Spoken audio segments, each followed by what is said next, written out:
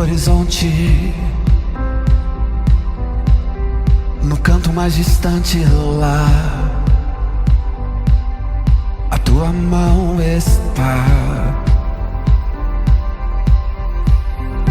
Lá, acima do universo,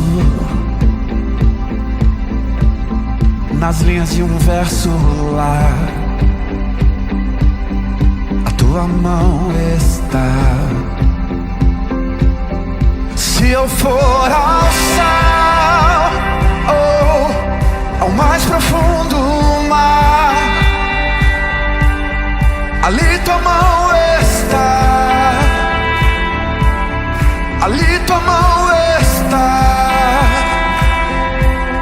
Nem sempre eu posso ver, mas além do meu olhar, sim, Senhor, a tua mão está,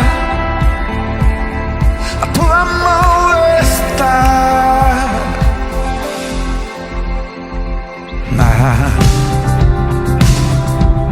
imensidão do firmamento, no tempo, em todos os momentos lá, a tua mão está. Agora o lá é aqui. Lá, no coração que chora,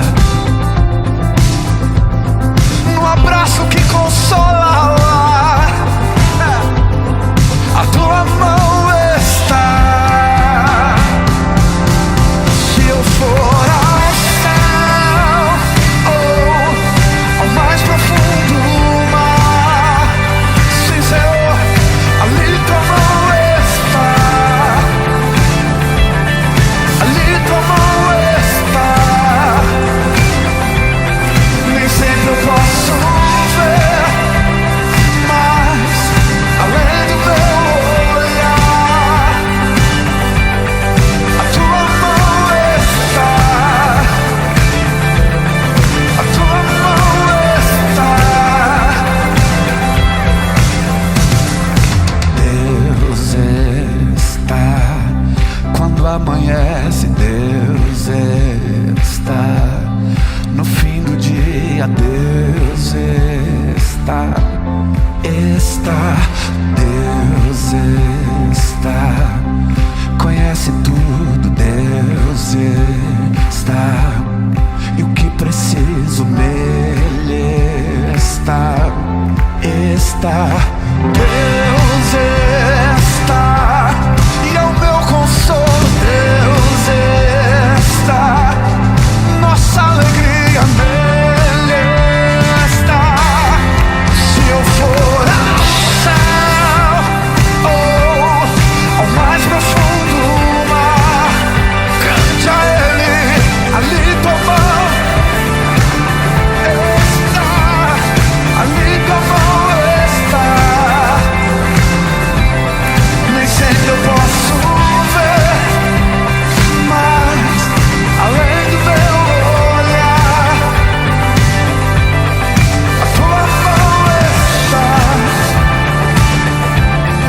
a tua mão está. Se eu for ao céu,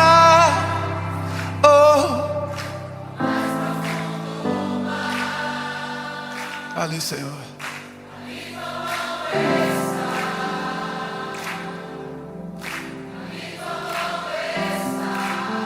é verdade.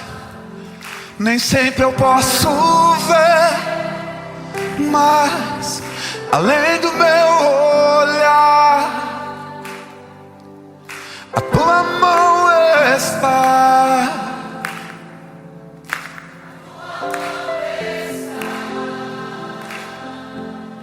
a tua mão está.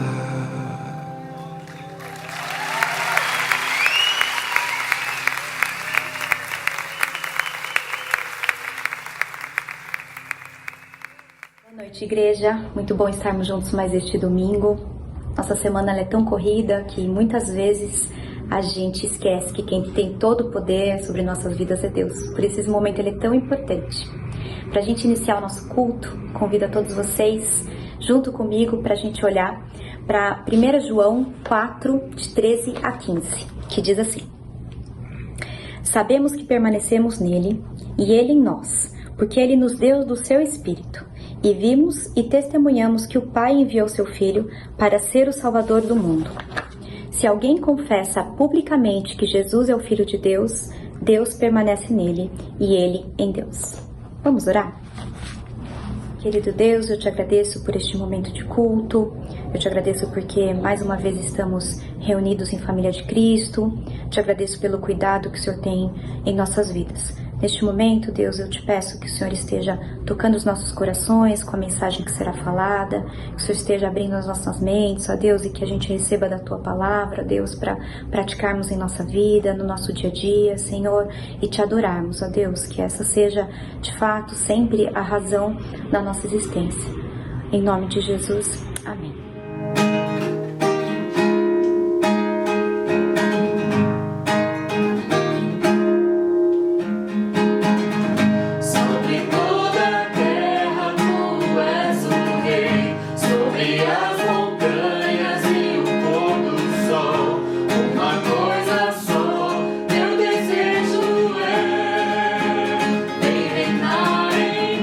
Senhor, reina em mim.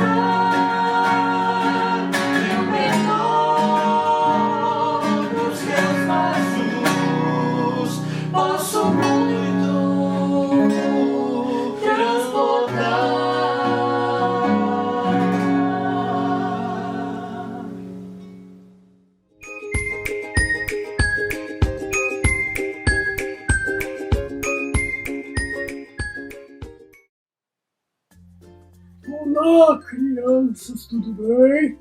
Estou aqui no meu quarto. No momento de leitura, eu gosto muito de ler. E vocês gostam de ler?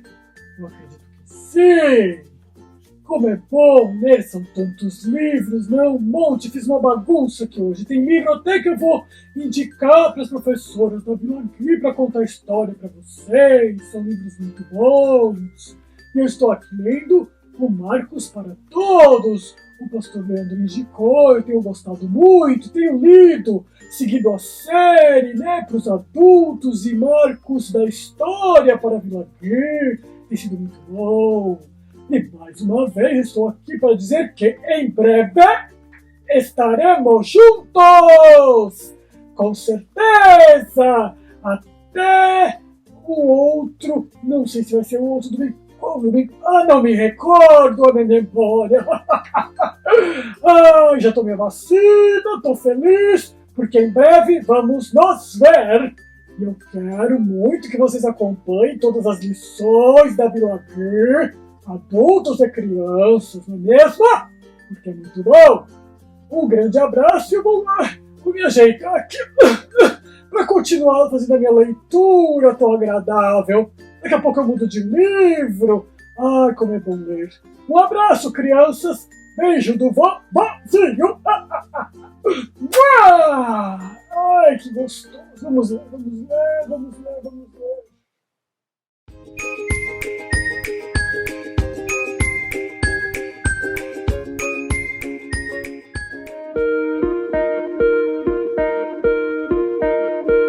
Atualiza a Vila. A partir de agora, a gente tem esse espaço aqui para saber as notícias da Igreja da Vila, as novidades da nossa comunidade. Toda semana eu vou passar aqui trazendo alguma para você, combinado?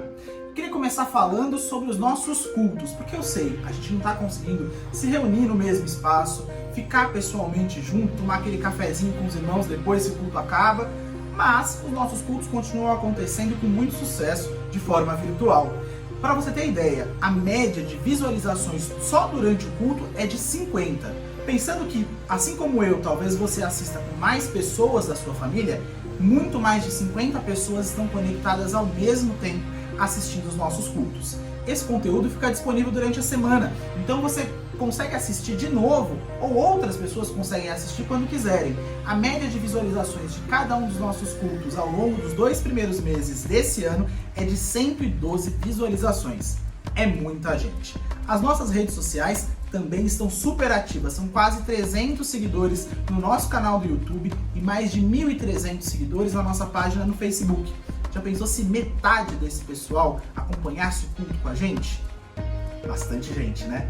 Um outro jeito que você tem de participar mesmo durante a pandemia são os pequenos grupos, os PGs. São 3 que acontecem durante a semana, cada um deles é coordenado por um dos nossos presbíteros, o Paulo, o Luciano e o André. Os grupos acontecem de segunda, de quarta e de quinta. E aí, como é que funciona, Leopoldo? Como é que são esses grupos? Você entrar no grupo de WhatsApp com essas pessoas que vão participar com você e um pouco antes da hora da reunião, você recebe um link do Google Meet. É super fácil de entrar, você entra pelo celular ou pelo computador e já fica nessa reunião com essas pessoas, dura um pouco mais de 1 hora. E qual é a ideia? Que a gente consiga repercutir a pregação do domingo anterior. Então a gente vai falar sobre os temas que o pastor Leandro abordou, sobre dúvidas, vai de fato abrir o coração e vai ter um espaço para estar junto e para orar junto, para agradecer, para pedir, para compartilhar com a nossa comunidade quais são as nossas dores e as nossas vitórias. É um espaço muito abençoado e que eu convido você a participar. Hoje são 3 grupos, basta você entrar no grupo do WhatsApp, escolher o dia que faz mais sentido para você e participar com a gente. Toda semana eu vou passar aqui para trazer notícias, mas também desafios. Essa semana, 2 desafios. Então você convidar alguém para assistir os nossos cultos nas nossas plataformas. Pode ser para assistir no domingo, pode ser para assistir depois, divulga esse material. E o segundo desafio é participe dos pequenos grupos. Escolha o que é melhor para você em relação ao dia, em relação ao horário e participe com a gente. Te garanto que vai ser uma experiência abençoada. Máscara, álcool gel, distanciamento e pequenos grupos. São as minhas recomendações da semana. Até semana que vem. Tudo que tens feito, por tudo que vais fazer.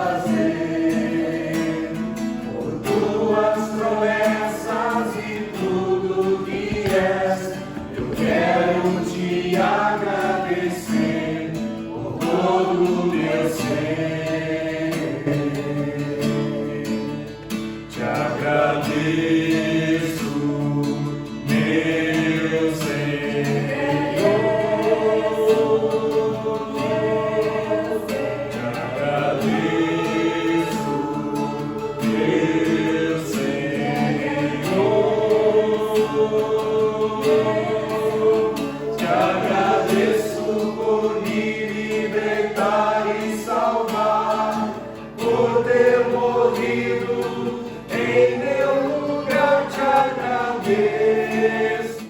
Estamos no que a Bíblia nos conta, nos diz, no que ela fala para as nossas vidas. E esse momento, o momento do batismo, é um momento muito importante, muito sólido na nossa fé. Primeiro porque ele é um sacramento de Jesus. Jesus disse que nós deveríamos fazer isso, né, como igreja, como corpo, como família dele. E nós fazemos isso numa conversa que a gente teve ontem, né? Eu, Bruno e Rebeca, a gente estava comentando um pouquinho sobre isso. Nós fazemos isso mediante a fé que ele tem dado no nosso coração. E tem um propósito para isso que está acontecendo.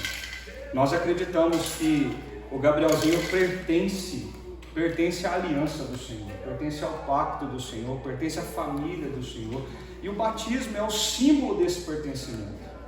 O batismo é o símbolo de que ele faz parte de tudo isso que Deus preparou para essa família linda. Quando nós fazemos isso, na verdade é uma obediência, uma evidência do que Deus já está fazendo na história de vocês e na história. O nome Gabriel significa presente enviado de Deus. Gabriel, você é um presente nas nossas vidas. Eu tenho certeza que você é um presente para o seu pai, para sua mãe, para seus avós, para suas tias, tios, sobrinhos e primos. Então, Gabriel, ovelhinha de Jesus, eu te batizo em nome do Pai, do Filho e do Espírito Santo. Deus abençoe o pequeno Gabriel, que ele cresça debaixo dos teus caminhos. Dê a Bruno e Rebeca todos os recursos da cruz, para que eles possam ensinar Gabriel a te amar e te servir. Que Gabriel cresça de forma muito bonita diante do Senhor e diante dos nossos olhos. Se torne um bom homem, um bom cidadão, um cristão que vai fazer diferença aonde ele estiver. É a nossa oração, em nome de Jesus. Amém.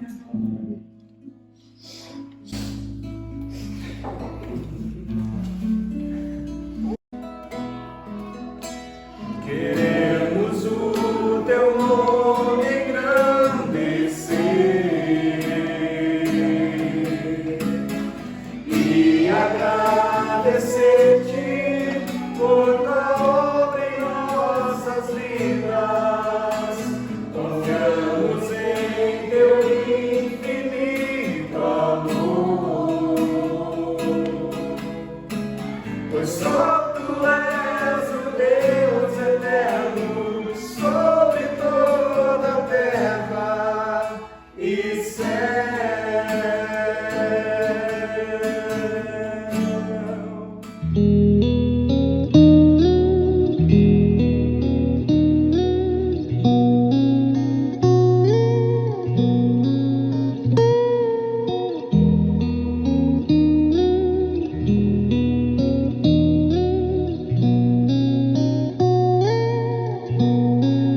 A terra passará, o teu amor não mudará.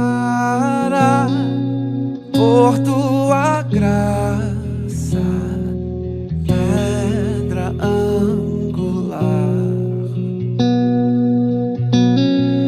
voltou a respirar. Quem morto parecia estar, a escuridão não prevalecerá. Por tudo que és, respondemos a ti com amor. A ti cantamos, Jesus, te amamos. Como te amamos, te adoramos de coração. Jesus, Jesus, te amamos. Como te amamos, te adoramos de coração.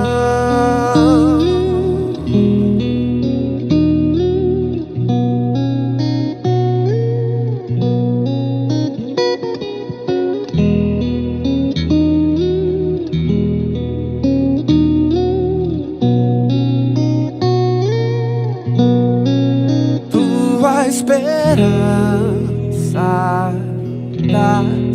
O órfão achou um lar, o que era perdido se encontra em ti, Jesus. Oh, ergues o nosso olhar, nos fortalecerás, regenerados pela tua cruz.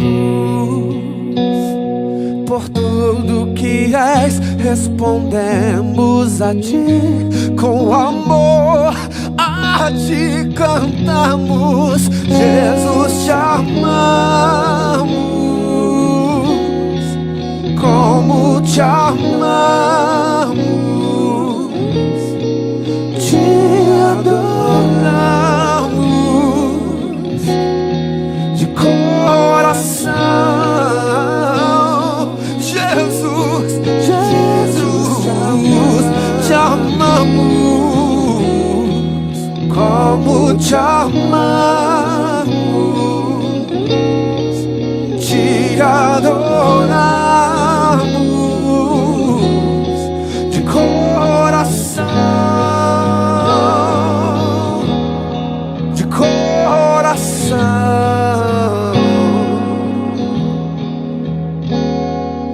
Nosso afeto e devoção rendemos aos teus pés, ó Jesus. Nosso afeto e devoção rendemos aos teus pés, ó Jesus.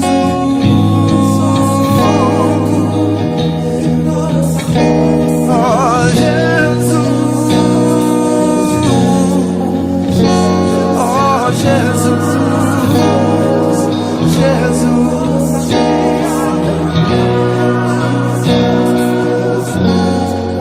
Jesus, te amamos, como te amamos, te adoramos de coração, de coração, de coração, Jesus, de coração, Senhor. Como te amar, acima de tudo, de todos, te adoramos de coração.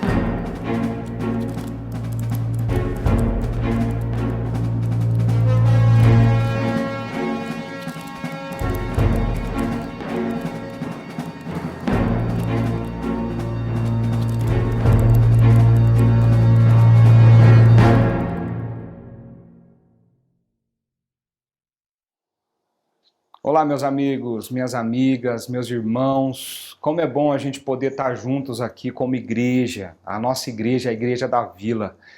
É muito gostoso a gente poder saber que mesmo em tempos difíceis como esse, nós estamos juntos, nós estamos unidos, nós estamos realmente ativos naquilo que Deus tem para nos fazer.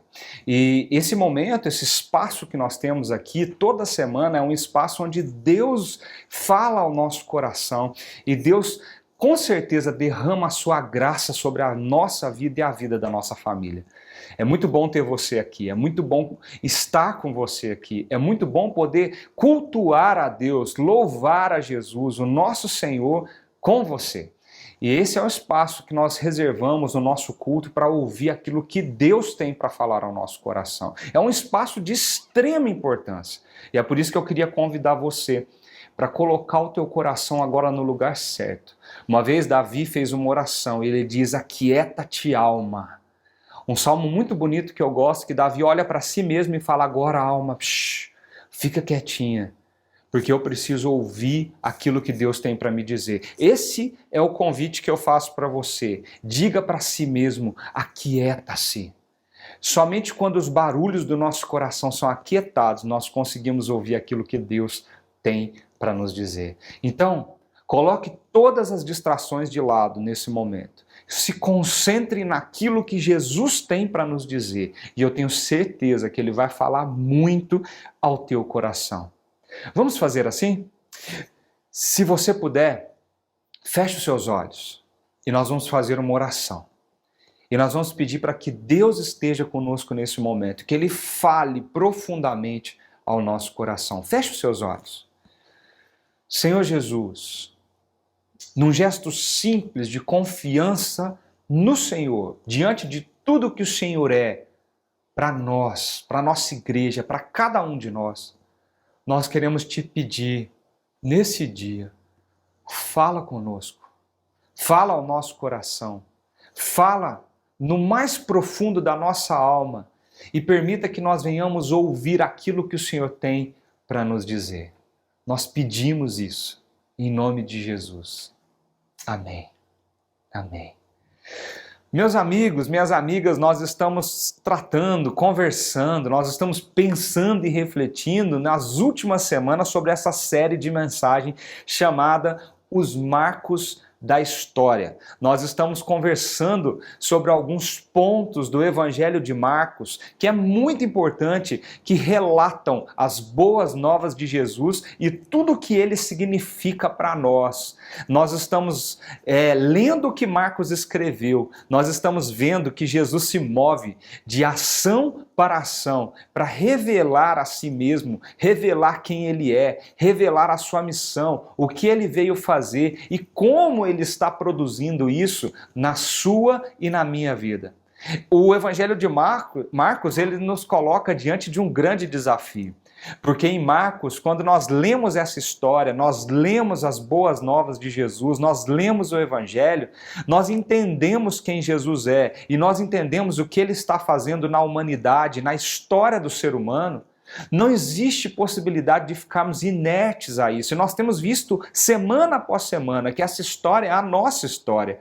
Quando nós lemos as boas novas de Jesus, nós somos desafiados a descer do muro. E nós somos desafiados a tomar uma posição. Eu entendi o que ele é, eu entendi quem ele é, eu entendi o que ele está fazendo e que lado eu estou nessa história.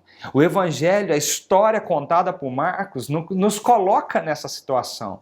O objetivo dessa série, então, é a gente nos desafiar a uma decisão. Qual decisão? Compreender a nossa identidade e propósito que flui da identidade, da pessoa, do relacionamento de Jesus. E uma vez que isso acontecer, nós tomarmos a nossa posição como discípulos, pessoas que foram escolhidas para reinar com Ele. Na semana passada, nós vimos um pouquinho do que Jesus fez naquela cena, daquele grande milagre da multiplicação dos pães e dos peixes. Como foi bonito entender Jesus dizendo: dei vocês mesmo a eles o que eles vão comer. E nós entendemos que somos incapacitados para a missão, mas que Jesus nos capacita mesmo nas nossas incapacidades e nos envia. E quando nós saímos para servir as multidões, o milagre acontece. Nós somos capazes, então, de encher nossos olhos de compaixão e nós somos capazes de acolher, de amar, de ensinar, de curar e alimentar aqueles que Deus coloca do nosso lado. Nessa semana, eu queria convidar você a prestar atenção num ponto central desse evangelho, no ponto central do Evangelho de Marcos. É um divisor de águas nesse evangelho.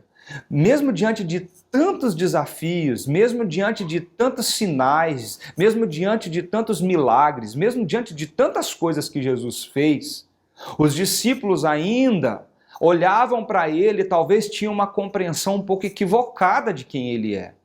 E o Evangelho de Marcos agora nos conduz a uma história onde Jesus coloca o coração dos discípulos em questionamento. Será que vocês entenderam realmente quem eu sou? Será que vocês entenderam que esse reino não se trata de um reino da terra, não se trata de poder e sucesso, não tem relação com uma soberania política e econômica? Jesus olha para os seus discípulos agora e perguntam para ele: quem eu sou para vocês? Olha só como Marcos descreve esse momento e como esse momento é central na compreensão de toda essa história que nós temos visto nessas últimas semanas aqui. Nós vamos ler agora no Evangelho de Marcos, o capítulo 8, do versículo 27 ao versículo 38. E olha só como Marcos descreve essa história, esse ponto da história. Jesus e os seus discípulos dirigiram-se para os povoados nas proximidades de Cesareia de Filipe. No caminho, ele lhes perguntou: quem o povo diz que eu sou? Eles responderam: alguns dizem que és João Batista, outros Elias, e ainda outros um dos profetas. Jesus olha para os seus discípulos e diz para eles: e vocês? Quem vocês dizem que eu sou? Pedro respondeu: tu és o Cristo. Jesus os advertiu que não falasse a ninguém a seu respeito. Então ele começou a ensinar-lhe que era necessário que o Filho do Homem sofresse muitas coisas e fosse rejeitado pelos líderes religiosos, pelos chefes dos sacerdotes e pelos mestres da lei, fosse morto e 3 dias depois ressuscitasse. Ele falou claramente a esse respeito com eles. Então Pedro, chamando-o à parte, começou a repreendê-lo. Jesus, porém, voltou-se, olhou para os seus discípulos e repreendeu Pedro, dizendo: para trás de mim, Satanás. Você não pensa nas coisas de Deus, nem na dos homens. Então, ele chamou a multidão e os seus discípulos e disse: se alguém quiser acompanhar-me, negue-se a si mesmo.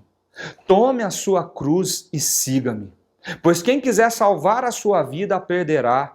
Mas quem perder a sua vida por minha causa e pelo Evangelho, a salvará. Pois que adianta o homem ganhar o mundo inteiro e perder a sua alma? Ou o que o homem poderia dar em troca da sua alma? Se alguém se envergonhar de mim e das minhas palavras nessa geração adúltera e pecadora, o Filho do Homem se envergonhará dele quando vier na glória de seu Pai com os santos anjos. Meus queridos, nós precisamos entender onde esse diálogo se encontra. Eu queria usar esse gráfico visual para explicar para você o quão é importante esse momento da história que nós estamos. Olha só, nós vimos já que o Evangelho de Marcos ele se divide em blocos, você pode ver isso nessa imagem. Nós começamos com uma introdução do Evangelho de Marcos, onde Jesus é colocado como Cristo, o Filho de Deus, uma expressão que trazia muita autoridade para aquele que falava e escrevia essa história. Essa introdução, nós vimos até o batismo de Jesus, como a voz que desce do céu para falar: este é o meu Filho amado, em quem eu tenho tanto prazer. Essa é a introdução de Marcos, apresentando Jesus e o começo do seu ministério. Depois da metade do capítulo 1, nós percorremos várias cenas, vários milagres. Jesus está fazendo várias coisas. Jesus curou pessoas de enfermidades físicas, Jesus curou pessoas de opressões espirituais malignas e expulsou demônios de pessoas que estavam opressas. Jesus curou o coração daqueles que estavam indecisos, que estavam perdidos, que vagueavam sem achar o sentido da sua vida. Jesus também fez milagres e maravilhas, trazendo esperança e paz para o coração daqueles que estavam nas trevas, com a vida vazia sem sentido. Gente, nem o mar foi capaz de deter ele nesses primeiros capítulos. Ele andou sobre as águas, parou o vento, aquietou o mar. Sem contar que ele multiplicou o pouco alimento que aquela multidão tinha e alimentou vários, 2 vezes. Mais de 15 mil pessoas da primeira vez e mais uma outra multidão da segunda vez. Pensa, nessa primeira metade do Evangelho de Marcos, Jesus está sendo colocado como aquele que tem autoridade. E qual é a sua identidade? Marcos está trabalhando isso nesse trecho, a identidade de Jesus, o Rei soberano que veio para redimir aqueles que se arrependem e creem nele. A resposta que nós temos que ter nessa primeira metade do livro é essa: nos arrepender de quem nós somos e crer em quem ele é. Tudo que ele fez deixava os discípulos, a multidão, de boca aberta, dizendo: quem que é esse? De onde que vem toda essa autoridade? Que poder maravilhoso que emana das suas palavras e da sua boca. Percebe?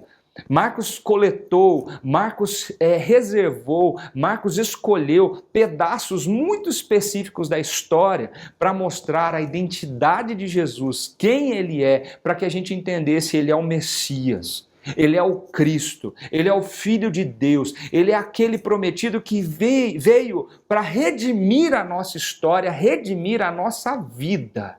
É isso que Marcos coloca até o capítulo 8 do seu evangelho. Mas quando nós prestamos atenção, o capítulo 8 é um divisor de águas para Marcos. Todas as histórias estão muito bem selecionadas e escolhidas aqui para nos ensinar alguma coisa. Nós chegamos num ponto de virada desse livro.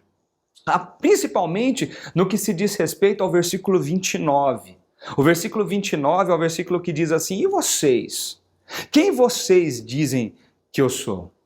É como se o evangelho de Marcos fosse concêntrico para essa pergunta. Eu e você que estamos lendo o evangelho de Marcos, nós vamos ter que acabar uma hora ou outra, em algum momento dessa história, parar, olhar para nós mesmos e responder isso. Quem nós dizemos que Jesus é?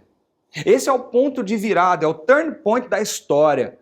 Todo o evangelho de Marcos aponta para essa pergunta. Nós precisamos, ao ler a história de Jesus, ao ler o que Marcos registrou, responder essa pergunta. Onde está o nosso coração em relação ao que Jesus é? A partir do versículo 29, o evangelho de Marcos ele muda o tom da sua narrativa. Agora nós não estamos mais preocupados em entender quem Jesus é, porque nós já entendemos. Agora Jesus começa, a partir do versículo 29 do capítulo 8, a mostrar o que ele está fazendo. Qual é a missão de Jesus? Se você olhar nessa imagem, você vai ver que a partir do versículo 29, o Marcos desenvolve a missão de Jesus, agora não mais como o rei soberano, mas como um servo sofredor. O rei soberano se tornou o servo sofredor que veio para resgatar as nossas vidas do domínio do pecado. E a resposta que nós podemos dar para essa compreensão de quem Jesus é e o que ele veio fazer é segui-lo. É ir após ele. É ir depois dele. O servo sofredor tão prometido lá em Isaías e em outras passagens do Antigo Testamento agora se fez presente. Ele é real. E Marcos muda o tom da sua narrativa para que a gente possa entender agora a missão de Jesus. Percebe o quão é importante onde nós chegamos agora? No capítulo 8, especificamente, nós precisamos entender o contexto que está ali para a gente ver quão é rico esse texto que nós lemos agora. Nós vamos ver que no finalzinho do capítulo 7, esse capítulo termina com uma cura. Um homem que era gago e surdo chega até Jesus.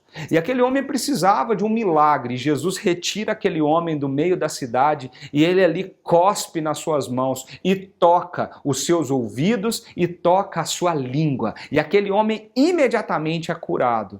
Nossa, que loucura! Você consegue imaginar essa cena? Mas aí o capítulo 8 começa. Os primeiros versículos desse capítulo mostram a segunda vez que Jesus olha para a multidão faminta, a multidão que estava seguindo ele em busca daquilo que ele tinha para lhes oferecer, seja em palavras ou seja em ação, mas que ficava dias longe de suas casas. Jesus olha mais uma vez com compaixão para aquelas multidões. E o que ele faz? Ele pega o pouco que aquela multidão tinha, e multiplica o alimento e alimenta eles. Mais uma vez, os discípulos ficam pasmos. Parece que eles ainda não tinham entendido na sua total compreensão, mas Jesus faz um milagre pela segunda vez, para que eles entendessem o que ele é capaz de fazer. Qual era a missão dele aqui na terra? Nos versículos 11 ao versículo 13, Jesus recebe uma visita inusitada. Alguns fariseus chegaram até Jesus e começaram a interrogá-lo, a questioná-lo sobre tudo o que estava acontecendo, sobre tudo que ele dizia, quem era Jesus, o que ele estava fazendo. E eles falaram para Jesus: mostra um sinal aí. Se você realmente é tudo isso que você está falando, mostra para a gente um sinal do céu, porque nós queremos ver esse sinal para poder acreditar no Senhor. Jesus fica meio admirado com a incredulidade dele, e Jesus fala para os discípulos: tenham cuidado com o fermento dos fariseus, tenham cuidado com essa dúvida incrédula do seu coração e tudo que eles semeiam a partir disso. Os discípulos não entendem muito bem o que Jesus está tentando falar sobre fermento. E aí eles começam a conversar. A partir do versículo 14, eles começam a discutir, porque eles ficaram preocupados. Adivinha com o quê? Eles tinham esquecido de levar pão para onde eles estavam indo. Gente, eles tinham acabado de ver Jesus multiplicar os alimentos e alimentar uma multidão. E eles agora discutem se Jesus estava falando do fermento do pão que eles esqueceram. Jesus olha para eles, para os discípulos, e fala para eles: por que vocês estão discutindo sobre não termos pão? Vocês ainda não conseguem perceber? O coração de vocês está endurecido. Vocês têm olhos, mas não veem. Presta atenção nisso. Vocês têm ouvidos, mas não ouvem. Não se lembram quando eu parti os 5 pães para os 5.000? Quantos cestos cheios de pedaços vocês recolheram? Vocês ainda não compreendem, não entendem? Marcos escolheu esses diálogos, essas palavras, para nos conduzir a um momento muito específico. No capítulo 22 e 26 acontece mais um milagre, com algumas semelhanças com o que está acontecendo tudo aqui. Jesus se depara com um cego. Um homem que não consegue ver, enxergar. E de repente Jesus o tira do meio daquela cidade, leva ele para fora, cospe na saliva nas suas mãos e passa nos olhos daquele cego. Quando Jesus pergunta para ele: você está vendo alguma coisa? Você consegue enxergar alguma coisa agora? Aquele cego, aquele homem fala para Jesus: eu estou vendo tudo turvo, eu estou vendo tudo escuro, eu não consigo enxergar direito, eu vejo homens como se fossem árvores se movimentando. Jesus repete o mesmo ritual, passa saliva nos seus dedos e ali agora passa nos olhos dele. Quando ele pede para abrir os seus olhos, aquele homem estava curado. Ele estava vendo, não mais embaçado, não mais como árvores movimentando. Agora ele via perfeitamente. Está dando para perceber para onde que Marcos está querendo nos levar? Os milagres daqueles que não enxergam, não entendem, não compreendem. Jesus está escancaradamente mostrando quem ele é, mas as pessoas ainda não compreendem. Marcos está construindo tudo o que aconteceu, que nos mostra isso claramente nos passos de Jesus.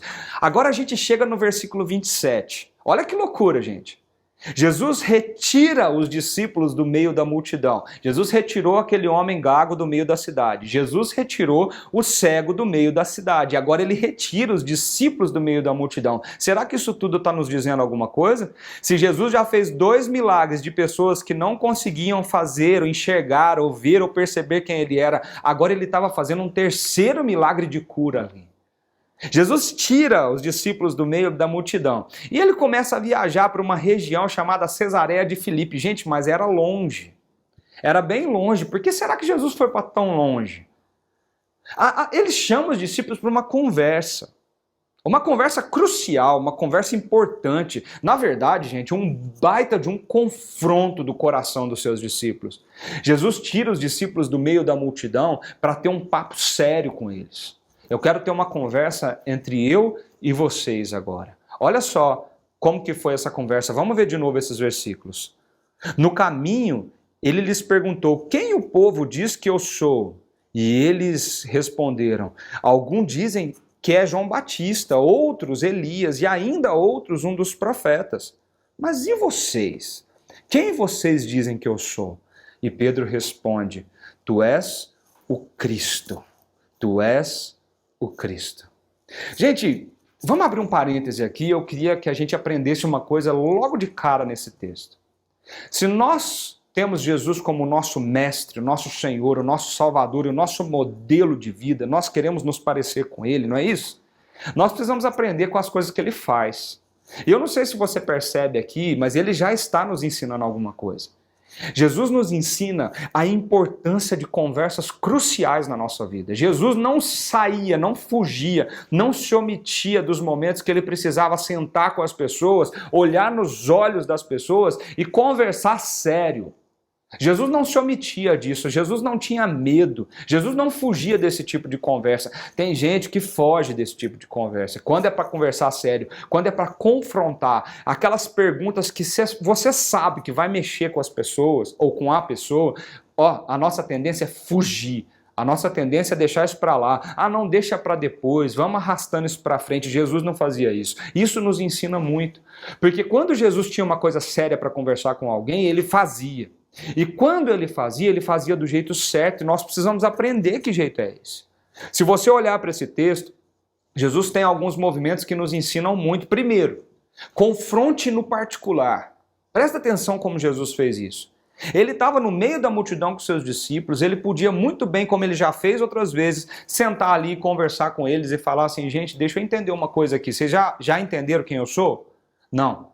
Ele tirou os discípulos do meio da multidão e ficou num tempo sozinho com eles, era ele e os discípulos. É no particular, é no privado. Jesus não tinha intenção de humilhá-los. Jesus não tinha intenção de expor eles. Jesus queria conversar com eles, mas agora uma conversa lá no fundo do coração deles. Jesus queria olhar para eles não nos seus olhos, mas na sua alma. E para isso precisou chamar eles no particular, de uma forma pessoal, de uma forma íntima. Gente, quando a gente for conversar sério com alguém, lembre desse princípio de Jesus. Conversas cruciais são feitas para se ter no particular, no privado, no pessoal, no tete-a-tete. Quando nós sentamos com a pessoa de forma mais pessoal possível, nós vamos conversar com ela porque é algo sério. Sério que precisa ser tratado. Segunda coisa que Jesus faz aqui que a gente precisa aprender é que a gente deve confrontar a pessoa com a verdade em amor. Jesus não tinha medo de fazer perguntas, muito menos de dizer a verdade. Jesus não tinha medo de perguntar de forma que aquilo seja cirúrgico no coração das pessoas. Quando Jesus olha para os seus discípulos e fala, quem o povo diz que eu sou? Mas e vocês? Quem vocês dizem que eu sou? Jesus está fazendo perguntas cirúrgicas e nós vamos ver que os próximos versículos é uma conversa séria, profunda, uma conversa com um tom um tanto quanto desesperador para os discípulos, mas Jesus não fugiu disso. E Jesus fez isso dizendo a verdade com a motivação correta. Nós precisamos aprender a ter conversas sérias na nossa vida, como Jesus fez. E nós precisamos fazer isso da forma como ele fez. Dizendo a verdade, com transparência, sinceridade. O versículo diz que Jesus falava claramente com eles a esse respeito.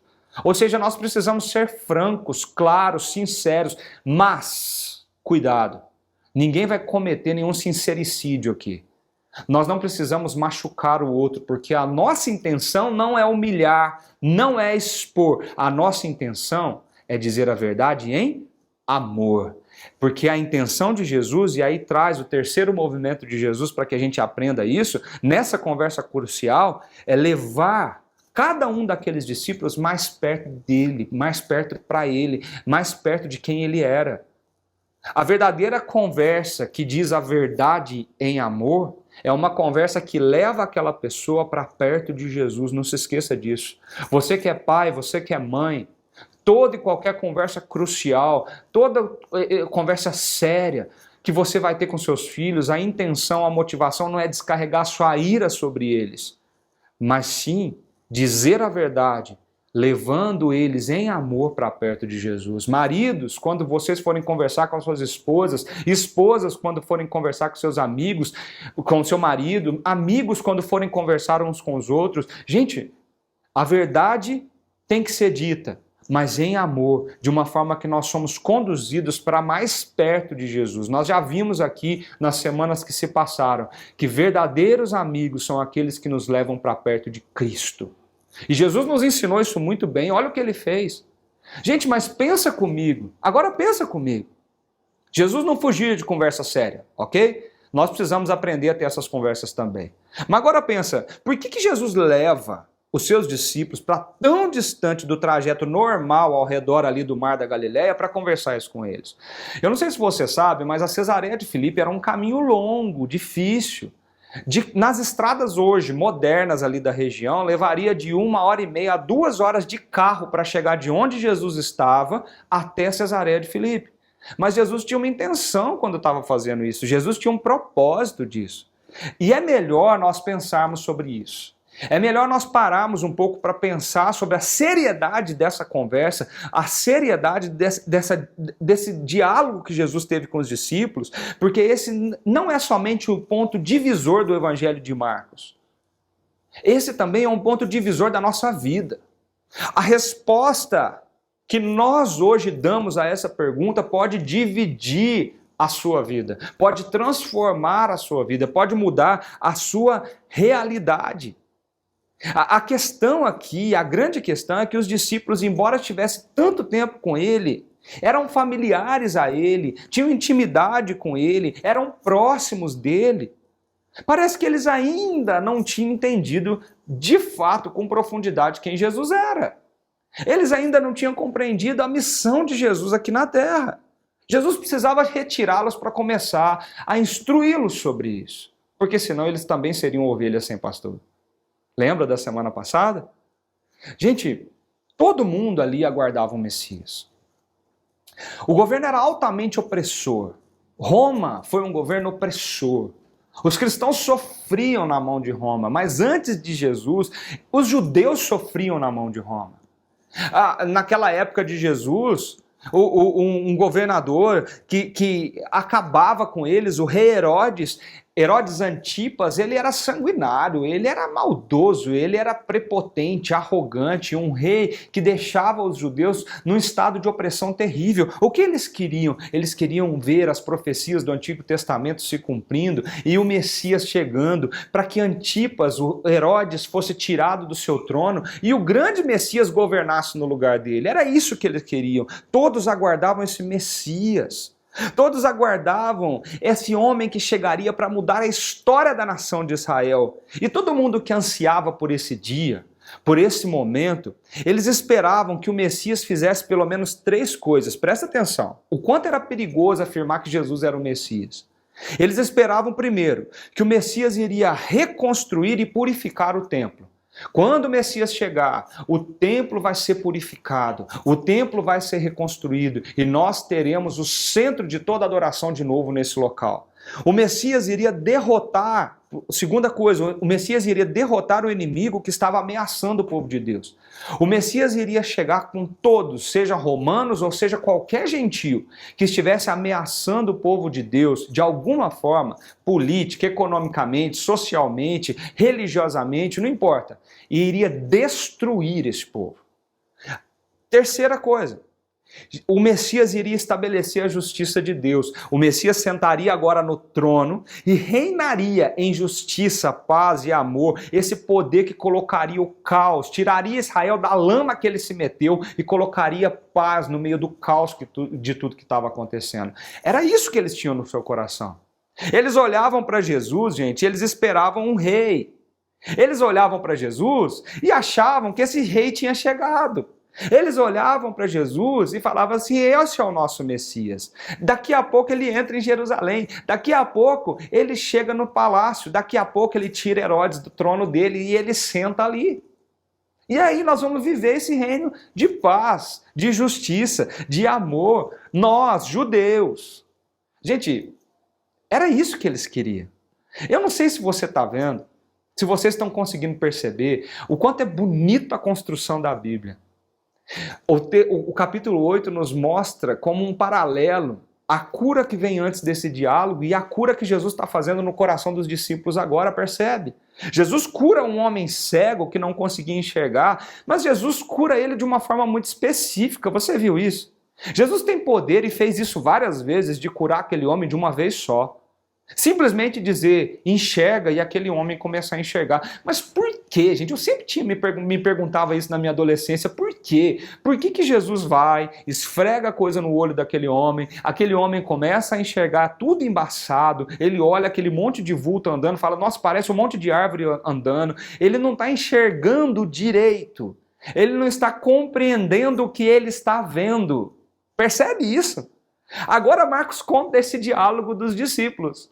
Alguém aqui também precisa ser curado, porque também existem discípulos que veem, mas não enxergam direito, não conseguem compreender o que estão vendo. Jesus foi escancarado nos seus milagres e em tudo que fez para mostrar quem ele era, mas parece que eles ainda acreditavam que Jesus era um Jesus histórico, político e pontual. Eles não conseguiam compreender que Jesus era o Messias prometido, que viria e redimiria todas as coisas. Agora Jesus começa a colocá-los no canto da parede e falar, vem cá, vamos conversar sério, porque tem uma cura para ser feita aqui. Se eu curei aquele homem cego, que não conseguia enxergar direito, compreender o que estava enxergando, eu preciso curar o coração de vocês, a mente de vocês, para compreender quem eu de fato sou. E alguma coisa aconteceu naquela conversa que os discípulos caíram a ficha deles. Jesus olha para eles e fala assim, quem o povo diz que eu sou? Presta atenção nessas perguntas. Quem o povo está dizendo aí que eu sou? Aí eles levantam e falam assim, João Batista. João Batista ressuscitou porque tinha sido morto, lembra? Decapitado. João Batista ressuscitou e é o Senhor. Eles estão falando isso. Outros estão falando que o Senhor é Elias, o grande profeta Elias e voltou. Elias nem foi morto, né? Elias subiu aos céus. Então agora Elias voltou e é o Senhor, um grande profeta. Ou outros profetas. Mateus chega a falar até de Jeremias, que o povo estava acreditando que seria um desses grandes profetas do Antigo Testamento. Gente, mas se você quer acreditar que Jesus é um profeta, esquece o jeito manso, suave, tranquilo de Jesus, como a gente imagina que ele era. Porque profeta naquela época, a ideia do povo sobre Jesus era um homem que tinha pulso, tinha força, que gritava no meio do povo e tirava o povo do meio da ignorância de pecado que ele tinha. Profeta eram homens destemidos que pronunciavam-se, que falavam contra a maldade do coração do ser humano, da injustiça social e traziam a consciência, a esperança ao povo que estava perdido. A figura de um profeta é alguém que põe o povo no lugar certo para entender o que está acontecendo. Nós imaginamos Jesus manso, humilde, tranquilo, e aquele povo imaginava que Jesus era um grande profeta. Um grande profeta. O que eu queria perguntar para você, e pensar aqui com você, é que hoje nós podemos fazer a mesma pergunta. Quem o povo diz que Jesus é? Quem eles estão dizendo que eu sou? E se nós olharmos a nossa sociedade, se nós olharmos a medicina, a psicologia, se nós olharmos as ciências sociais, se nós olharmos não somente as ciências humanas, mas como as ciências como um todo, se nós olharmos a construção do pensamento social sobre Jesus, nós vamos ver até revistas como a Super Interessante mostrando Jesus como um Jesus histórico. Um dos grandes profetas que vieram na humanidade, um grande mestre da moral, um homem bom, um ser iluminado. Só que a gente não percebe o risco que essa afirmação nos traz. Sabe por quê?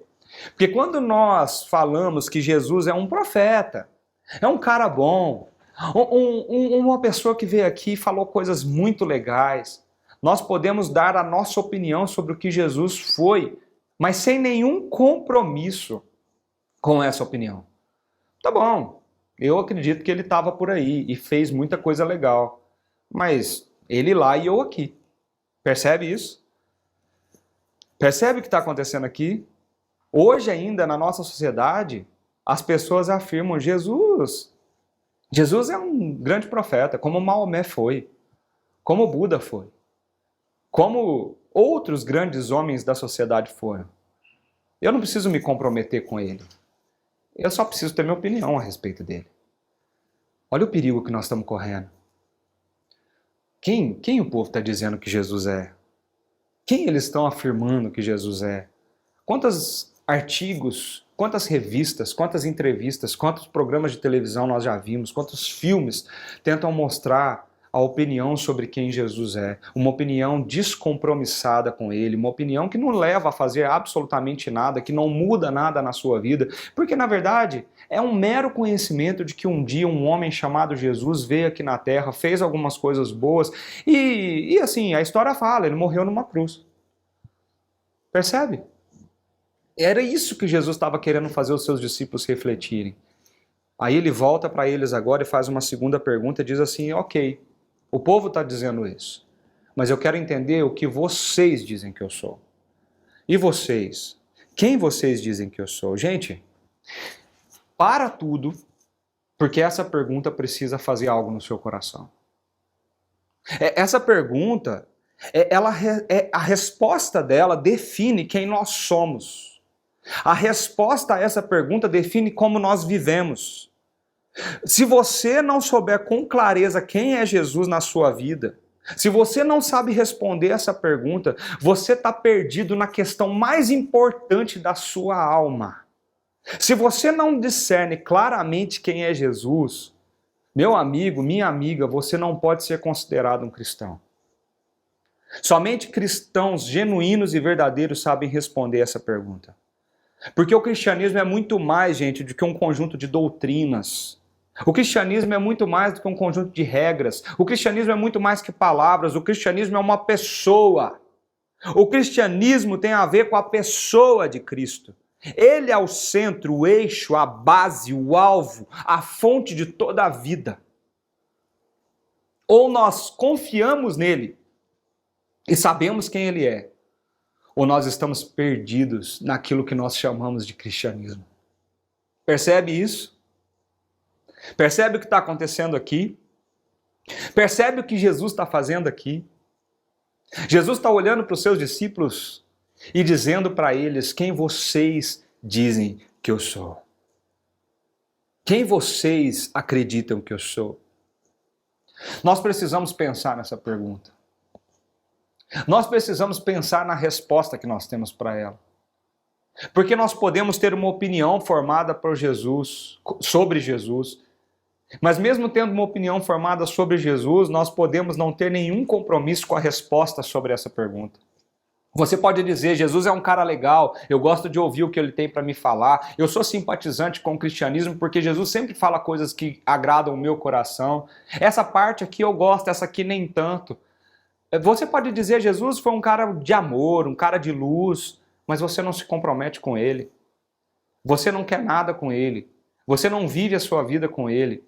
A sua opinião não muda, transforma a sua vida. Então você não sabe responder essa pergunta. Você não tem certeza de quem ele é. E você precisa parar na sua vida e responder quem Jesus é para você, porque a resposta a essa pergunta vai transformar toda a tua história, toda a tua cosmovisão, toda a tua vida. Naquele momento, como um milagre acontecesse no coração daqueles discípulos, a ficha deles cai. E agora eles olham para Jesus, representado por Pedro, e diz: Tu és o Cristo. Tu és o Cristo, nós sabemos quem você é, tu és o Cristo, tu és o Messias, tu és o nosso Salvador. E Jesus olha para Pedro, no Evangelho de Mateus, ele diz isso: Bem-aventurado és você, Pedro, porque não foi carne e sangue que te revelaram, mas o meu Pai que estás no céu revelou isso ao seu coração. Põe uma coisa na tua vida, no teu coração, meu querido e minha querida. Ninguém pode dizer Senhor Jesus sem a revelação de Deus no coração. Pedro só conseguiu fazer isso, os discípulos só conseguiram fazer isso, porque o próprio Deus revelou isso no coração deles. Não é à toa que os milagres que antecedem esse diálogo e essa conversa crucial tinham a ver com Jesus tomando um pouco da sua saliva para curá-los. Porque somente aquilo que sai da boca de Jesus pode curar o nosso coração, da nossa ignorância e da nossa incredulidade. Se você convive com pessoas que precisam curar-se do seu coração, da sua ignorância, da sua incredulidade, você precisa pedir para que Jesus toque os ouvidos e os olhos dessas pessoas, toque os seus corações com a sua saliva, com a sua palavra, com a sua boca. Você precisa clamar para que a verdade que Jesus profere com a sua boca chegue ao coração dessas vidas. Gente, nós precisamos urgentemente sondar o nosso coração para compreender quem Jesus é para cada um de nós. Igreja da Vila, nós precisamos enxergar isso. Você está enxergando bem? Já caiu a sua ficha? Os discípulos já estavam andando fazia muito tempo com Jesus, mas eles ainda não tinham enxergado que Jesus não era o rei político que tomaria o trono de Herodes. Jesus era o Messias prometido pelas Santas Escrituras. E uma reflexão honesta da nossa condição espiritual se faz necessária aqui. Nós precisamos pensar, nós precisamos gastar tempo, nós precisamos olhar para o nosso contexto, para a nossa vida, para o jeito que a gente vive e responder essa pergunta: quem é Jesus para mim? Porque se ele for somente uma opinião que não transforma nada na sua realidade, você não entendeu quem ele é e você está vendo homens como árvores, você está vendo tudo embaçado, você precisa ser curado em nome de Jesus. Existe um grande risco aqui e eu queria chamar a sua atenção para isso.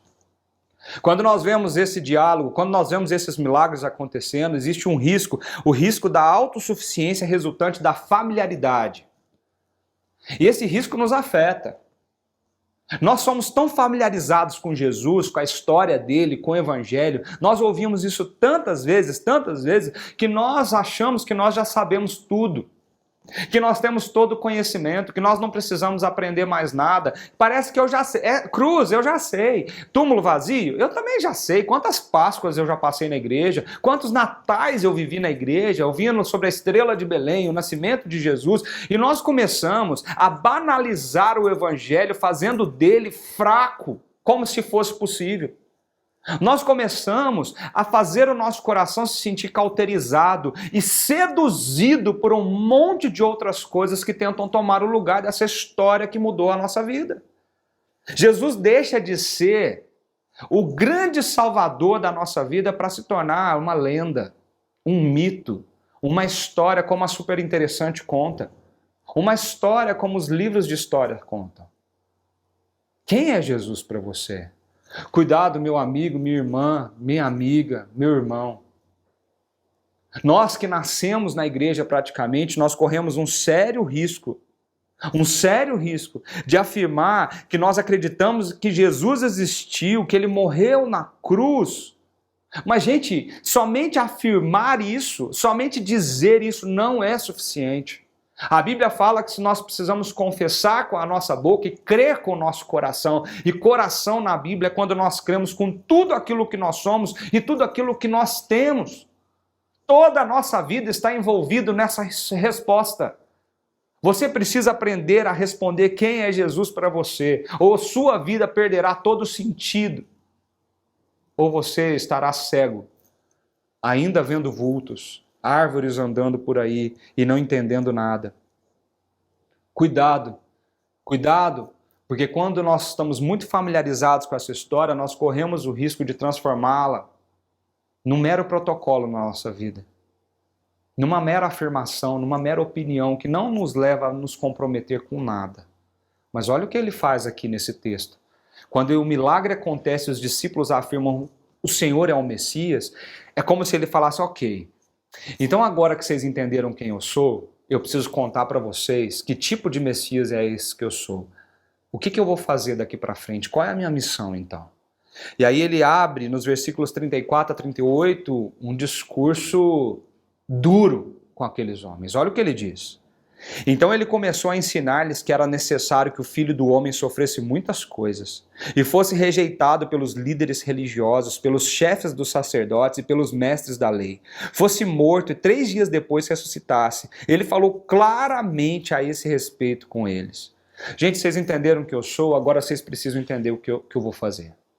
O Messias que eu sou não é esse que vocês estavam esperando, porque o Messias que eu sou vai ser rejeitado, vai sofrer, vai morrer, vai para uma cruz. Gente, imagina o que é na cabeça daqueles homens escutar Jesus falando que ia para a cruz. A pior morte, a pena de morte mais cruel e sanguinária da época do Império Romano. Por quê? Cruz é lugar de bandido. Cruz é lugar de gente ruim, de gente má. Por que o Senhor está falando que o Senhor vai para a cruz? Será que nós entendemos de fato quem Jesus é e o que Ele veio fazer por nós? Pensa comigo, tem uma pergunta pairando ali na cabeça dos discípulos agora e a gente precisa entender ela. Por que Jesus tinha que sofrer? Por que Jesus tinha que sofrer? Por que Ele veio como um Messias que veio sofrer e não como um Messias que veio para sentar no trono com glória e poder já de imediato? Sabe por que Ele tem que sofrer? Porque o verdadeiro perdão sempre envolve sofrimento em alguma instância e nós precisamos ser perdoados. Grava essa frase. O verdadeiro perdão sempre envolve sofrimento em alguma instância. Para redimir, para perdoar, nós precisamos sofrer para aplacar a dívida que foi gerada. Deixa eu dar um exemplo para vocês. Eu já acho que eu já falei um pouquinho disso aqui numa outra oportunidade. Vamos supor que um amigo seu vai na sua casa. E vocês estão ali conversando e de repente ele, todo atrapalhado, como eu sou, se levanta, bate na televisão na sua sala e a televisão vai para o chão e ele quebra a sua televisão. Naquele momento ele produziu uma dívida entre vocês. Você já não tem mais televisão. Existem algumas alternativas aqui. O seu amigo pode assumir a dívida que ele causou, o dano que ele causou, o estrago que ele causou, e ele pagar o conserto da sua televisão, o que é justo. Ou talvez ele até comprar uma nova televisão para você, o que é mais justo ainda. Afinal de contas, ele provocou todo o estrago. Então, ele paga, ele sana essa dívida. Mas se você olhar para ele e falar assim, não precisa se preocupar, tá perdoado, você tá perdoado, pode deixar, fica tranquilo sobre isso. Se você fizer isso, se você está perdoando ele da dívida, do gasto que ele vai ter, de tudo que ele tem que fazer, mas você está assumindo a dívida no lugar dele. Porque ou você vai ficar sem televisão, ou você vai pagar o conserto da televisão, ou você vai comprar uma nova televisão. Ele causou o dano, mas agora você paga a dívida. Percebe isso? Isso é perdão. É quando aquele que não causou o dano paga a dívida no lugar daquele que causou o dano. Isso é perdão. Isso é a definição de perdão. Por que Jesus tinha que sofrer na cruz? Por que Jesus tinha que passar por tudo isso? Porque o ser humano causou um estrago quando ele decidiu andar longe de Deus. Quando o ser humano decidiu se desconectar de Deus, andar longe de Deus, ele causou uma ruptura, uma dívida enorme entre nós, humanos, seres humanos, e o nosso Criador. A dívida está ali. E nós temos que pagar essa dívida. E a palavra fala, lá em Gênesis, logo no Éden, Deus disse, se você comer, certamente morrerás. E a palavra fala que o salário dessa dívida é morrer, porque foi Deus que falou assim. Agora, se nós pagarmos a nossa dívida como é justo, e Deus é justo, e essa dívida precisa ser paga, nós vamos viver eternamente mortos sem Deus. A única forma de resolver isso, sendo para que a gente não seja mortos por essa dívida da desconexão com o Criador, é que alguém pague a dívida no nosso lugar, nos perdoando, e para nos perdoar precisa assumir essa dívida, assumir o custo, assumir isso para si. Sabe quem fez isso? O próprio Deus disse, eu assumo a dívida que vocês criaram. Eu desço na terra, eu encarno em um ser humano e agora eu vou ser rejeitado, eu vou sofrer, eu vou para a cruz, eu vou morrer a sua morte, que era o preço da tua dívida, para que você seja perdoado pela graça e possa viver livremente. Gente, percebe o que Jesus fez? Jesus olha para eles, esses discípulos, e agora começa a explicar isso para eles. Esse Messias não é o Messias que vai sentar no trono físico de Herodes. Esse Messias é o Messias que vai para uma cruz para poder pagar o preço da desgraça, do pecado e o que ele causou em tudo que Deus criou. A escolha do ser humano causou um estrago em toda a criação. E agora Jesus disse, eu sou o Messias que colocará ordem em tudo o que aconteceu. Eu sou aquele que vai pagar a dívida no lugar de vocês. Eu vou pagar o preço por vocês para que vocês possam ter vida e vida em abundância. Você entende isso? Você percebe que você foi perdoado por um alto preço que custou a vida do Rei dos Reis, do Senhor dos Senhores? Se a sua resposta é sim, você entende quem é Jesus e o que ele significa para você, como ele perguntou para aqueles discípulos aquele dia, a compreensão dessa verdade vai te mover para uma transformação radical na tua vida, na tua história, no teu estilo de vida. Porque Jesus disse assim, ok, vocês entenderam o que eu vim fazer então? Então preste atenção. Se alguém quiser me acompanhar, se alguém quiser me seguir, negue-se a si mesmo. Tome a sua cruz e me siga. Pois quem quiser salvar a sua vida a perderá, mas quem perder a sua vida por minha causa e pelo evangelho a salvará. Pois que adianta o homem ganhar o mundo inteiro e perder a sua alma? Ou o que o homem poderia dar em troca da sua alma? Se alguém se envergonhar de mim e das minhas palavras nessa geração adúltera e pecadora, o Filho do Homem se envergonhará dele quando vier na glória de seu Pai com os santos anjos. Presta atenção aqui, eu quero terminar essa mensagem com você, olhando para essa consequência da sua resposta. Se você disse sim, eu compreendo quem é Jesus, sim, eu sei o que ele veio fazer, então o seu sim te leva imediatamente para esse caminho. O caminho que Jesus disse aos seus discípulos, dizendo, seguir a mim, seguir após mim, te leva para um caminho que talvez não é o que você está imaginando. Primeira coisa que ele fala, se você quiser me seguir. Gente, presta atenção no português, na palavra do português. A Bíblia fala com a gente na nossa língua. Se você quiser me seguir, seguir quer dizer que tem alguém andando na tua frente e que essa pessoa pisa, que essa pessoa vira para a direita, vira para a esquerda, ela decide onde vai virar e você simplesmente vai atrás. Seguir quer dizer fazer igual. Seguir é repetir. Seguir é fazer a mesma coisa que o outro que está na minha frente faz. Jesus está falando, você quer me seguir? Você quer vir após mim? Então você precisa aprender a vir atrás. Andar pelos meus passos, entrar na minha trilha. É entender que ir atrás de Jesus, seguir Jesus, é ligar-se a Jesus em um compromisso de um relacionamento pessoal e não simplesmente numa mera afirmação religiosa. Não é só porque eu acredito que Jesus um dia veio e morreu na cruz. Não! Isso me leva a um compromisso radical da minha vida. Isso muda tudo na minha história. Muda o jeito que eu olho a sociedade, muda o jeito que eu olho a minha história, muda o jeito que eu compreendo a morte, muda o jeito que eu compreendo a vida, muda o jeito que eu compreendo as minhas falas, os meus relacionamentos pessoais, muda o jeito que eu entendo as minhas escolhas. Se seguir a Jesus não me leva a andar os passos de Jesus, a fazer como ele fez, a ser igual a ele, isso não é seguir a Jesus, é assistir o que Jesus está fazendo. Jesus não chamou nenhum espectador para a sua missão, Jesus chamou discípulos para a sua missão. E seguir a Jesus é o único caminho. Ele disse, eu sou o caminho, a verdade e a vida. Ninguém volta para o Pai se não for por mim. Você quer seguir a Jesus? Ele disse, se você quiser me seguir. Essa precisa ser uma escolha sua. Essa precisa ser uma escolha consciente. Sim, eu quero seguir Jesus, eu quero ser como Jesus, eu quero ir aonde Jesus for, eu quero fazer o que Jesus faz, eu quero me parecer com Ele, mesmo que isso demore um tempo para acontecer. E aí ele fala, então negue-se a si mesmo. Negue-se a si mesmo. Negar-se aqui tem a ver com a renúncia do meu próprio eu. Os meus desejos serão contra mim, diz isso lá em Gênesis.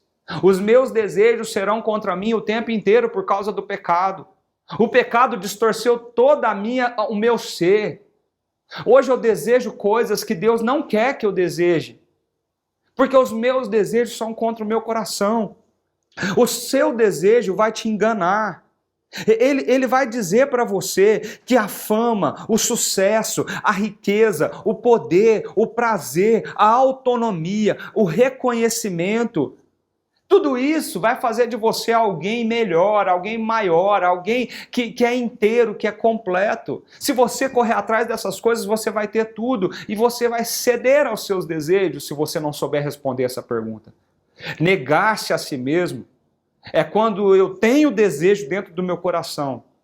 Eu quero muito isso, mas eu entrego esse desejo e submeto esse desejo à vontade e ao senhorio de Jesus, porque eu entendi quem Ele é. Então tem coisas que eu vou desejar que são boas. Eu vou desejar amar a minha família. Eu vou desejar fazer o bem para os próximos que convivem comigo. Eu vou desejar pegar parte do meu dinheiro e investir em pessoas que precisam de ajuda. Eu vou desejar abraçar, a ser carinhoso, a ser respeitoso, a ser honesto, a ser fiel. E a gente tem esses desejos no coração também. Submeta isso a Cristo e Deus vai fazer um grande milagre na tua vida. Mas existem desejos que são errados, pecaminosos e perigosos. E nós não podemos simplesmente ignorá-los. Nós não podemos simplesmente dizer, não, esses aqui eu não vou mexer. Porque se você não quiser mexer nesses desejos, você não entendeu quem é Jesus para você. Se a sua sexualidade não for submetida à vontade e ao discernimento de Jesus como Rei, como Senhor e Salvador da sua vida, você não entendeu quem é Jesus. Se a vontade de autonomia do seu coração não for submetida à autoridade de Cristo como Senhor e Salvador, você não entendeu quem Ele é. Se a tua família, o jeito de você ser pai, o jeito de você ser irmão, o jeito de você se relacionar com as pessoas no seu trabalho não for submetido ao senhorio de Cristo, você está correndo um sério risco de ter somente uma opinião sobre Jesus e não uma transformação por causa do que Ele é e o que Ele fez.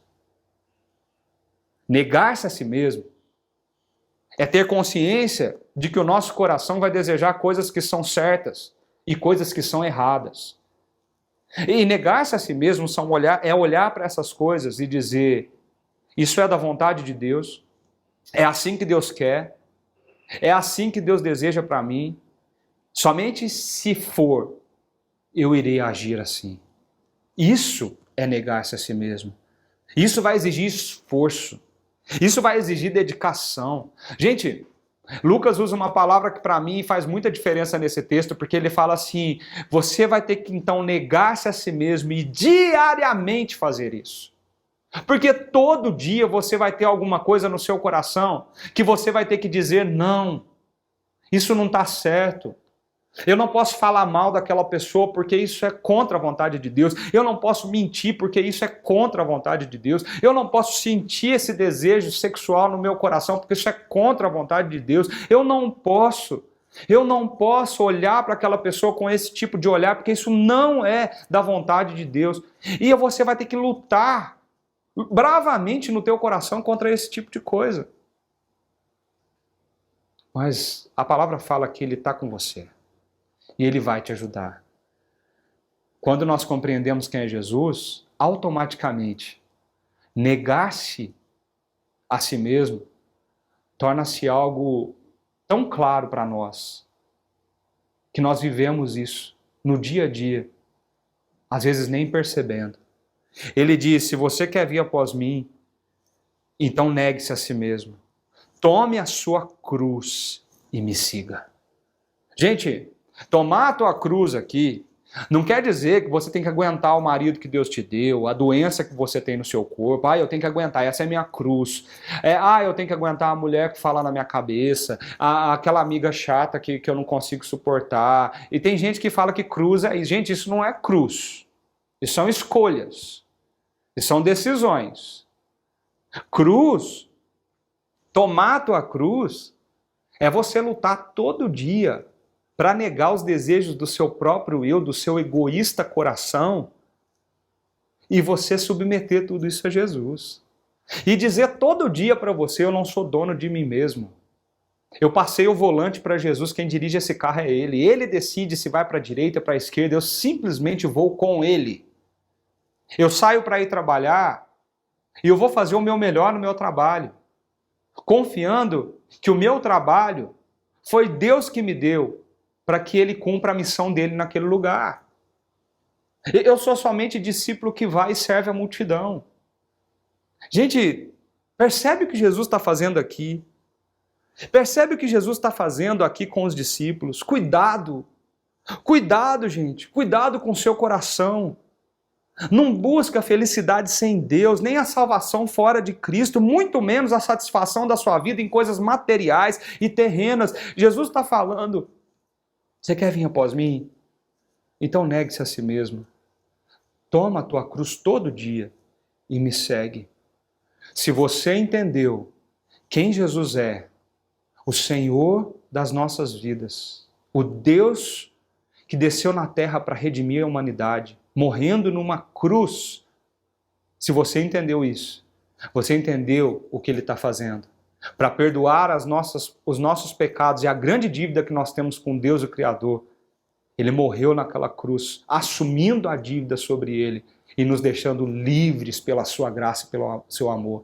E se você compreendeu tudo isso, meu querido e minha querida, você não pode estar inerte a essa situação. Isso te move a uma transformação radical na sua história e na sua vida. Eu queria terminar lendo algumas palavras do C.S. Lewis, um grande teólogo que se converteu e resolveu escrever sobre cristianismo. E ele escreveu um livro chamado Cristianismo Puro e Simples, que muitos de nós conhecem. E em uma parte desse livro ele fala assim: entregue-se a si mesmo e encontrará seu verdadeiro ser. Perca a sua vida e a salvará. Submeta à morte suas ambições e desejos favoritos a cada dia. E por fim, submeta-se à morte de seu próprio corpo. Submeta cada fibra do seu ser e encontrará a vida eterna. Não retenha nada. Nada do que você não tiver entregado será realmente seu. Nada em você que não tiver morrido poderá algum dia ser ressuscitado. Busque a si mesmo e encontrará mais para frente somente ódio, solidão, desespero, ira, ruína e decadência. Mas busque a Cristo e você encontrará Ele e com Ele receberá tudo o mais. Meus amigos e minhas amigas, Igreja da Vila, parece que é uma palavra muito dura, e foi muito duro ouvir isso, eu acredito, quando os discípulos ouviram. Mas a vida que Jesus promete para mim e para você é uma vida linda. Se nós entendemos quem Ele é e o que Ele fez, e deixarmos ser transformados por essa resposta de compreensão, gente, o que Jesus promete para a gente é repleto de milagres, paz, amor, compaixão, graça, misericórdia. Ele nos diz que essa vida será alegre, bem mais que feliz, bem-aventurado. Nós teremos proteção, sustento, segurança. Nós não podemos colocar a nossa identidade no lugar errado. Nós temos que colocar a nossa identidade naquilo que Jesus é e no que Ele faz. E quando nós fizermos isso, nós vamos começar aqui e vamos continuar por toda a eternidade a viver Jesus como nosso Senhor e o nosso Salvador. Jesus é o seu Senhor, é Ele que comanda a sua vida, Jesus é o seu Salvador, foi o que Ele fez que salvou a sua história. Você precisa responder hoje essa pergunta. E você? Quem você diz que Jesus é? Feche os seus olhos e usa esses minutos para poder entregar o seu coração. Eu queria que você entregasse a sua vida para Jesus. Se você já fez isso algum dia, se você nasceu na igreja, se você está chegando agora, eu não sei onde essa mensagem pode chegar.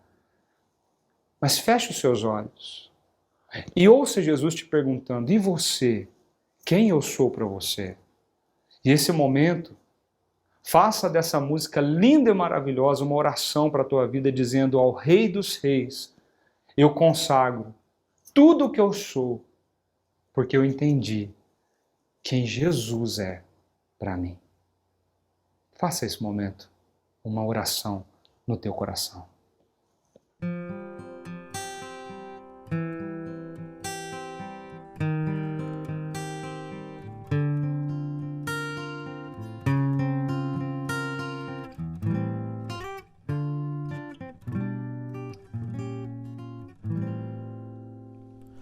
Ao Rei dos Reis consagro tudo que sou,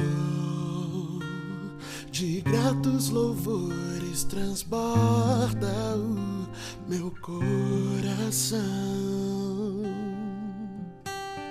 A minha vida eu entrego nas tuas mãos, meu Senhor, pra te exaltar com todo meu amor.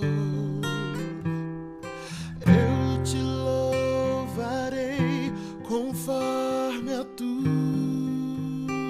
justiça e cantarei louvores, pois tu és altíssimo. Celebrarei a ti, ó Deus, com meu viver. Cantarei e contarei as tuas obras, pois por tuas mãos foram criados terra, céu e mar e todo ser que neles há. Toda a terra celebra a ti com cânticos de júbilo, pois tu és o Deus Criador. Toda a terra celebra a ti com cânticos de júbilo, pois tu és o Deus Criador.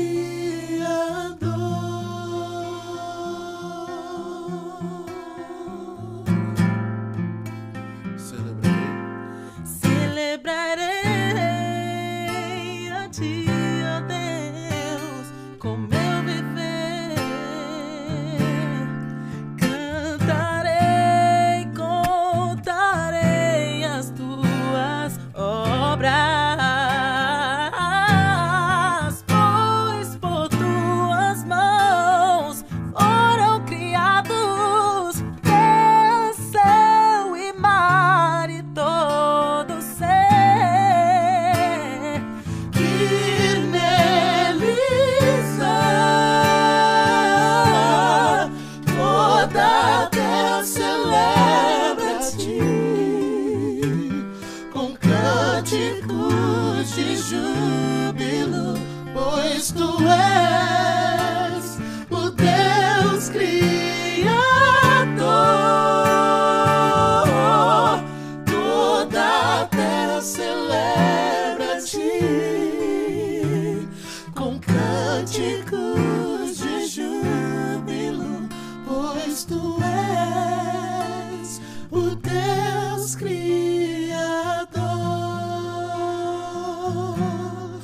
Pois tu és o Deus Criador.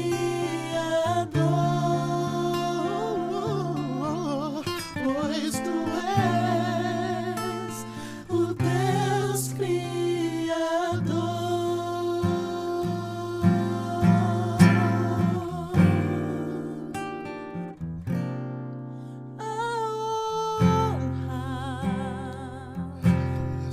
A glória, a força e o poder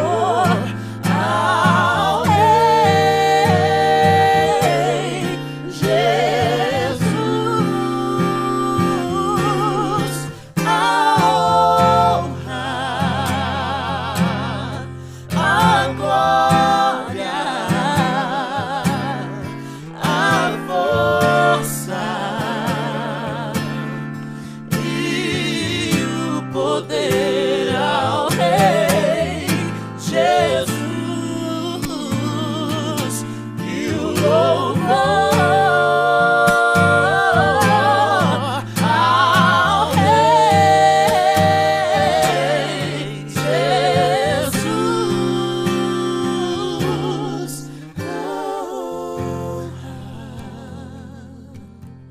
A glória, a força e o poder inigualável, incomparável e o louvor só a ti, pois ninguém se compara a ti, Deus, Jesus.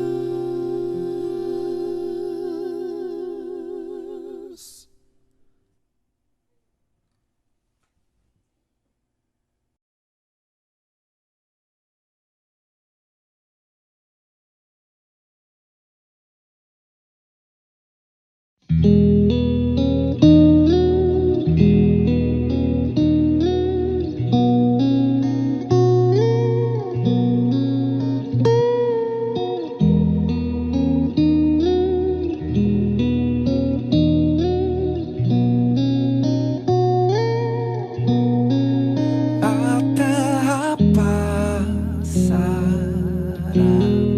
o teu amor não mudará. Por tua graça, pedra angular, voltou a respirar. Quem morto parecia estar, a escuridão não prevalecerá. Por tudo que és, respondemos a ti com amor. A ti cantamos, Jesus, te amamos. Como te amamos, te adoramos de coração. Jesus, Jesus, te amamos. Como te amamos, te adoramos de coração.